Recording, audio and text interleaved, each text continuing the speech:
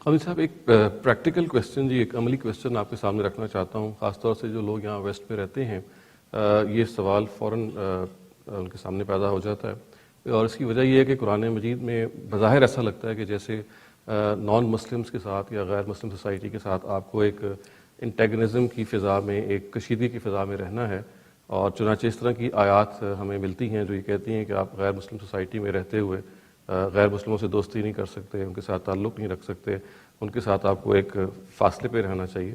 تو یہ ایک ذہن میں الجھن پیدا ہوتی ہے کہ مغرب میں جب ہم آتے ہیں، مغرب میں جب رہتے ہیں، تو وہاں سابقہ جب پیش آتا ہے نان مسلمس کے ساتھ، غیر مسلمس کے ساتھ، تو ہم اس کانفلکٹ میں مبتلا ہو جاتے ہیں کہ ایک طرف قرآن ہمیں شاید یہ کہہ رہا ہے کہ ہمیں غیر مسلمس کے ساتھ تعلق نہیں رکھنا، دوستی نہیں کرنی، ان کے ساتھ سختی برتنی ہے، بلکہ اس سے آگے بڑھ کے جہاد کرنا ہے، ان کے ملک پہ قبضہ بھی کر لینا ہے۔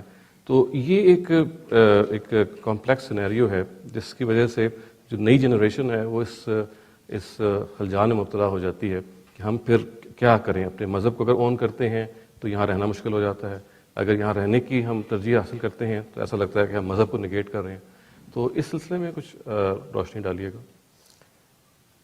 یہ ایک بڑی غلط فہمی ہے جو بدقسمتی سے صرف اس لیے پیدا ہو گئی کہ قرآن مجید کو آیات کا مجموعہ سمجھ لیا گیا ہے۔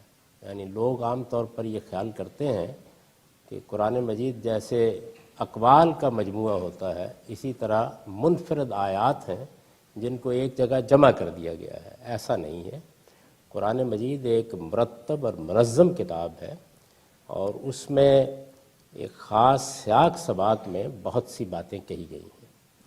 لوگ درمیان میں سے کسی آیت کو اٹھاتے ہیں، اس کے سیاق سباق اور کانٹیکسٹ کو بالکل نظر انداز کر دیتے ہیں، اور پھر اس سے دین کا کوئی حکم لوگوں کو بتانا شروع کر دیتے ہیں۔ میں نے کئی مرتبہ اس بات کو واضح کیا ہے، اور رات کی نشست میں بھی واضح کیا تھا کہ قرآن مجید کس نوعیت کی کتاب ہے۔ یہ ہر مسلمان کو قرآن مجید کو پڑھنے سے پہلے سمجھ لینا چاہیے۔ قرآن اس طرح کی کتاب نہیں ہے جس طرح کی کتابوں سے ہم واقف ہیں۔ یعنی مثال کے طور پر اگر مذہب کو بیان کرنا ہے اور اس پر کوئی کتاب لکھی جائے گی تو ہر آدمی یہ توقع کرتا ہے کہ پہلے ایک توحید کا باب ہوگا، پھر اس کے بعد رسالت کا باب ہوگا، پھر کوئی آخرت کا باب ہوگا، اور اس طرح آہستہ آہستہ دین کے احکام بیان کیے جائیں گے۔ قرآن میں ایسا نہیں کیا گیا۔ قرآن مجید ایک پیغمبر کے انذار کی سرگزشت ہے۔ یہ انذار کیا چیز ہوتی ہے؟ یعنی اللہ تعالیٰ جب اپنے کسی رسول کو کسی قوم کی طرف بھیجتا ہے تو اس قوم کے لیے اس دنیا میں عدالت لگ جاتی ہے۔ تمام پیغمبروں کی دعوت اور ان کے پیغام کا بنیادی نقطہ یہ ہے کہ ایک دن ایک قیامت برپا ہونے والی ہے، اور یہ دنیا ختم ہو کر اپنے آپ کو خدا کے حضور میں پیش کرنے والی ہے، اور وہاں ہر ایک کو حساب سے گزرنا ہے۔ اور دنیا چونکہ امتحان کے لیے بنائی گئی ہے، اس لیے وہاں لوگوں کی تقدیر کا ابدی طور پر ہمیشہ کے لیے فیصلہ ہو جانا ہے۔ یہ وہ پیغام ہے، یہ وہ دعوت ہے جو خدا کے پیغمبروں نے دی ہے۔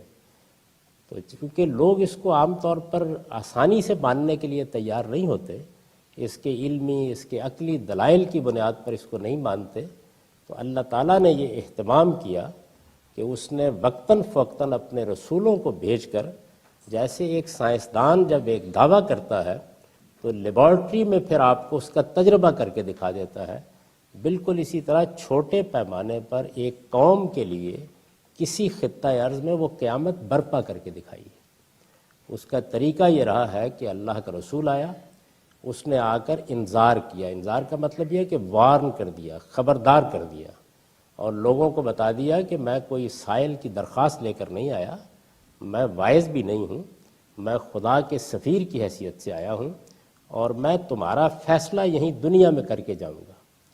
چنانچہ جب اس کے انذار کے بعد ایک وقت آ گیا کہ اس کی قوم نے اس کا انکار کر دیا، یا اس کی بات کو جانتے بوجھتے ماننے سے انکار کر کے اس کو جھٹلانے پر آمادہ ہو گئے، تو پھر اللہ تعالیٰ نے پیغمبر سے یہ کہا کہ آپ اپنی قوم سے باہر نکل جائیں، اب اس قوم کو یہیں دنیا میں سزا بھی دی جائے گی، اور جو لوگ صحیح راستے پر آ گئے ہیں ان کو جزا بھی دی جائے گی۔ تو بالکل وہی قیامت جو ہم سب کے لیے قرآن کہتا ہے یا پیغمبر کہتے ہیں کہ برپا ہونی ہے، وہ اس قوم کے لیے دنیا میں برپا ہو گئی۔ یہ قیامت آخری مرتبہ محمد الرسول اللہ صلی اللہ علیہ وسلم کی بعثت کے نتیجے میں برپا ہوئی ہے۔ یہ تاریخ کا آخری واقعہ ہے۔ تو قرآن مجید اس پوری قیامت کے برپا ہونے کی سرگزشت ہے، یعنی وہ اس نوعیت کی کتاب نہیں ہے۔ اس میں پیغمبر خدا کی طرف سے گفتگو کر رہا ہے، اس کے سامنے وہ لوگ ہیں جن کے لیے یہ قیامت برپا ہونی ہے۔ ان میں مشرکین ہیں عرب کے، ان میں اہل کتاب ہیں، یہود جن کو آپ کہتے ہیں یا مسیحی کہتے ہیں، ان میں پھر وہ لوگ بھی سامنے آ جاتے ہیں جو پیغمبر کی بات سن کر ماننے کے لیے تیار ہو گئے ہیں، اور وہ بھی کہ جو حقیقی معنی میں نہیں مان رہے بلکہ اپنے مفادات کی بنیاد پر بظاہر ماننے کا اظہار کر رہے ہیں۔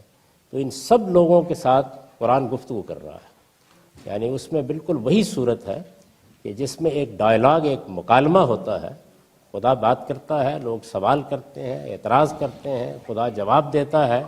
اس کے دوران میں اپنے بعض احکام بھی بیان کرتا چلا جاتا ہے، اور یہاں تک کہ پھر اسی ترتیب کے ساتھ اس قوم کے فیصلے کا مقام آ جاتا ہے، اور وہ فیصلہ جو قیامت میں ہم سب کو دیکھنا ہے وہ پھر وہ قوم زمین پر دیکھتی ہے۔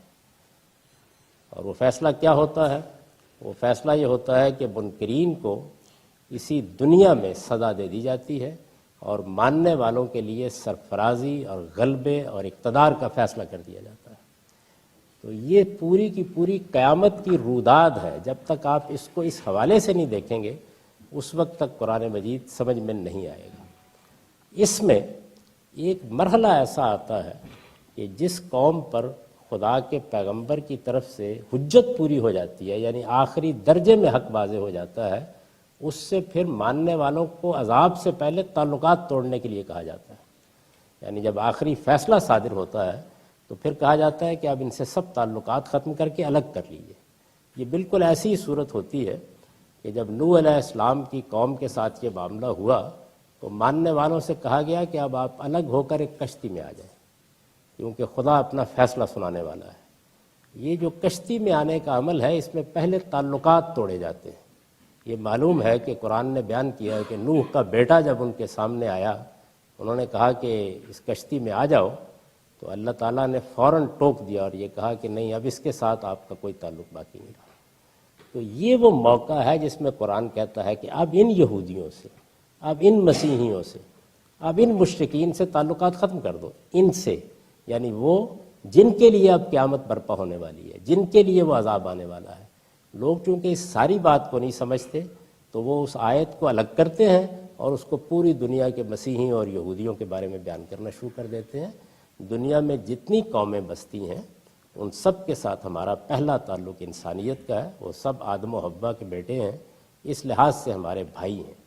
پھر جن جن لوگوں کے ساتھ آپ رہتے ہیں، جیسے امریکہ میں، برطانیہ میں، کہیں اور، وہاں آپ اگر شہریت حاصل کرتے ہیں تو آپ ایک قوم کا حصہ بنتے ہیں، اور قومی احساس اور جذبات میں آپ ایک دوسرے کے ساتھ شریک ہوتے ہیں۔ اور اگر ہمارا کوئی معاملہ ان کے ساتھ مذہب کی بنیاد پر ہے تو وہ صرف یہ ہے کہ ہمارے پاس ایک میسج ہے، ایک پیغام ہے، ہم دلیل کے ساتھ، شائستگی کے ساتھ، تہذیب کے ساتھ وہ پیغام ان کو پہنچائیں گے۔ کسی کے ساتھ نہ کسی دشمنی کا کوئی سوال ہے، نہ کسی کے ساتھ تعلقات ختم کرنے کا سوال ہے۔